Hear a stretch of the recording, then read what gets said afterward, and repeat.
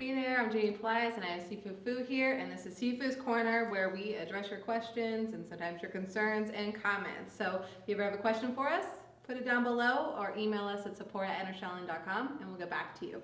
So Peter wanted to know something which I'm sure might be on a lot of our viewers' minds. It's a common concern, it's a common question that comes up, but we've never personally addressed it here, so we wanted to do it here on Sifu's Corner. He wants to know, is it okay for a Christian to study martial arts? I'm going to answer that with, I'm a born-again Christian, and I do martial arts. Um, there's nothing evil about martial arts. There's nothing wrong with it. Besides, you know, martial arts is all about self-improvement, really. That's what it really is. And combat, fighting is, I always like to say, it's just one of the perks. It's just one of the things that comes out with. For us, our training, our focus is all about controlling yourself. You know, if there's one word that best describes what we do, it's control. It's not peace, it's not balance, it's not tranquility, it's not all that blah, blah, blah, blah. It's really about control, because if you control anything that comes upon you, then you will have balance, you will have peace, because you're not going to be out of balance, out of whack. You will be in control of everything. And, you know, everything that we do is all based on science. It's nothing spiritual. Now, there might be some martial arts out there who talk about spirituality, and I've seen that too. And those are the ones I would say, you know, if you're a Christian who is very concerned about, you know, your walk with God, don't train those areas, because there are good martial arts out there, and there are ones that has nothing to do with religion. It really has nothing to do with it. It's how you want to tie it in.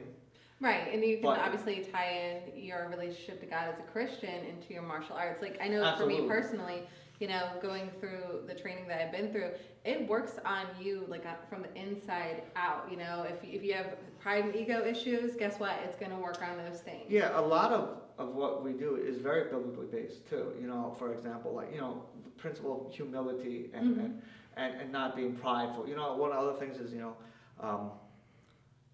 God says He perfects His strength in weaknesses. You know, and then Paul said, "Most gladly, therefore, you know, I'd rather boast about my weaknesses than my strength."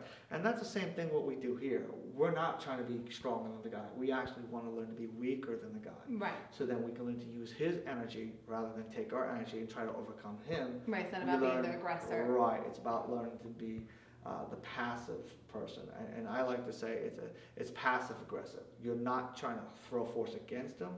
You're going to take by bending to him and return his aggression to him.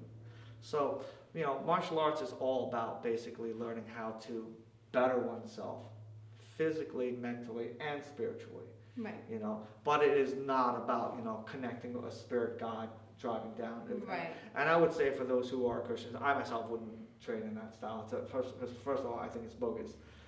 And second of all, you know, it might tie into something that would lead you astray from the Lord, you know, stuff like that. Because there might be a spirit behind it. You know, everything that we do, there's a spirituality behind what we do, and there's a spirituality behind everything. So it can lead you to the wrong way if you're a born-again Christian and you're very concerned with that. Absolutely, I would say don't do those things. But there are martial arts just based on science, and the no technology system is one of them. Absolutely. You know, I always say, if I can't prove it to you, I wouldn't teach it to you. You know, my theories and my philosophy is, if I can't get a girl to do it to a guy based on the physics of it, then I don't bother teaching it at all, because then it's really not a very good technique. No, it's not as effective. Size and strength. So what's the point in training? So it get bigger and bigger, it gets stronger. You know, so everything what we do is all based on the science, based on principles of how energy works and how the body works with the energy and stuff like that. You said an important word that gets a lot of times, I think, misconstrued, and is another big concern amongst many Christians, because a lot of people don't really understand what it is. And a lot of times when people talk about Tai Chi or Qigong, and we're talking about energy and we're talking about Qi, a lot of people for some weird reason think this is from the devil, but I always think back to, you know, all the times that Jesus, you know, healed, and, you know, and all the times that in the scriptures it talks about healing and with the hands, and I always think about energy in that retrospect. What do you have to say about those things? You know, when I first started, I was taught, oh, you've got to stay away from the yin yang symbol. It could be because a lot of times it can represent spirituality, and it's like it's whatever you want it is. It represents balance. Right. It is. You know, as I grew older in my Christian walk, I started to understand more. You know, people who are like gung ho for Christ, you know, that saying, "Too heavenly minded, no earthly good." You can't be that way, because you have to start understand that there are things in this earth that is beautiful and it's good, And, martial arts is really one of those things, It's not about violence. Martial arts does not teach you violence. It teaches you how to actually walk away from violence. It teaches you how to be at peace. It teaches you how to be in control of yourself. So when I grew up, I had the battle between, should I learn this because, it's an animal, is it spiritual? No, it's movements. It's movements. What do I call this? This is a tiger. So I call it a tiger, it's going to make it bad. Right, it's not worshiping the tiger. It's like a gun. Is a gun bad? It depends how it's used, right? You can use it to take a life or to save a life. We use it to hunt to get food, or we can use it to stop a perpetrator from hurting the ones we love, or we can go out and kill someone cold-bloodedly. The gun in itself is not bad. It's the purpose of it. The person who uses for that intent is bad. Right. It's like money. Money's not evil. Right. It's the lust of money. Right. So again, it's a matter of what your view on how you approach it, and what you're doing with it is what's going to make it bad, or good. Right. So if you have a problem with it and you feel the Lord doesn't, tell you to do it, then don't do it. I would definitely tell you, if you're construed just intellectually about it, I would tell you, do it. Because it's good. There's nothing bad about it. Right. It's always good to do that check with the Holy Spirit inside of you, and maybe there's some reason that it's not meant for you. Right. Not everything's for everyone is how I like to put that. Yeah. But if it really is just a mental thing, or you're worried because of how other people are going to judge you, then because it goes back to praying, and asking God, is this right for me? First off, I wouldn't worry about what other people judge you, because people could be ignorant and judge you for the wrong thing. So I wouldn't worry about that. It's between you and the Lord in your walk. Now, if you feel conviction about it, you feel like, I don't really want to hurt someone. Understand that it's not about hurting. Again, it's about controlling someone, subduing someone. If it means to hurt them because of the aggression they create, then that's what it takes. A good example, I want to tell this story. I had a student who was a pastor, and he was training under me, and I was telling him how to hit here, how to hit there. And he's like, I don't want to hit them to hurt them. And I posted a question, and I said, listen, you want to learn how to do this so you can stop someone who's trying to hurt you. I was like, I'm not really worried. It's like, what happens if some robber goes into your house and he tries to, rape your wife and kids and kill him? Are you going to stop him? If you had a means to end his life, would you do it? And he said, no. I said, why? He goes, because he might not go to heaven then, but if he takes away my kids and myself, I can go to heaven. And my response was, that's a really selfish attitude to think is, let's do it this way. He came in, he killed you, he killed your wife, he killed your kids.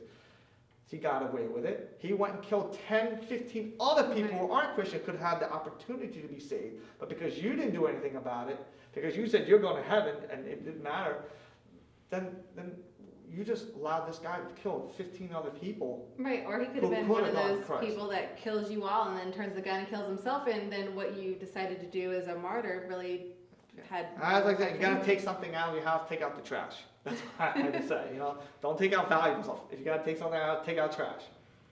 So that's why I say, if someone's intent to harm, look, he's not doing good to you or anyone else. If you have to stop him, you have to stop him. If you can spare him, spare him. Absolutely. But if you need to stop him, stop him. God allows us. You got to call for war in the Bible, right? Mm-hmm. I know Christ tells us to turn the other cheek, but he also allowed us to fend for ourselves. He did tell us to take a sword. And I don't think he meant it to fight people, but he meant in terms of, protection for your family. You have every right to protect your family. Absolutely. And if you don't think that that's right, well, that's between you and the Lord. I'm not going to say you're wrong, but that's between you and the Lord. For me, in my walk, I don't believe in taking life, but I believe it's necessary sometimes to preserve life. Sometimes, we kill animals to eat. It's a necessary evil, but we do it if we eat meat. So it's something we do. So as a Christian, I'm a born again, Bible believing, God fearing, Jesus loving, Holy Spirit filled Christian. So I have no problems in my training. What I do, I've been teaching it for like over 20 years now. And I've never, and I'm open. If God told me today, hey, I don't want you to teach anymore, I would stop. And I'm very open to him, and I'm always listening to him. And if he told me to, I would stop for sure, because he's what matters most. And this is what I do. I love it, but not more than my relationship with the Lord. So I would quit it if he told me to. Absolutely, and that goes into another thing. Sometimes I see a martial artist where they're they get so obsessed with it, it becomes an idol to them. And that goes back with anything. Anything could be an idol. Right. So, Peter, I hope that addresses your concern. Pray about it and seek God and see what God says is right for you. But that's Sifu's take on it and my take, and we'll see you guys next time. And don't forget, if you guys have any comments or questions, let us know below. And there's a link for you guys if you want to learn more about what we do and, is it right for you? There's a link that you can have for a 5-day course, and we have an ebook for you that talks all about energy and how it works and how it doesn't work. And so, see for yourself and check it out. Thank you very much.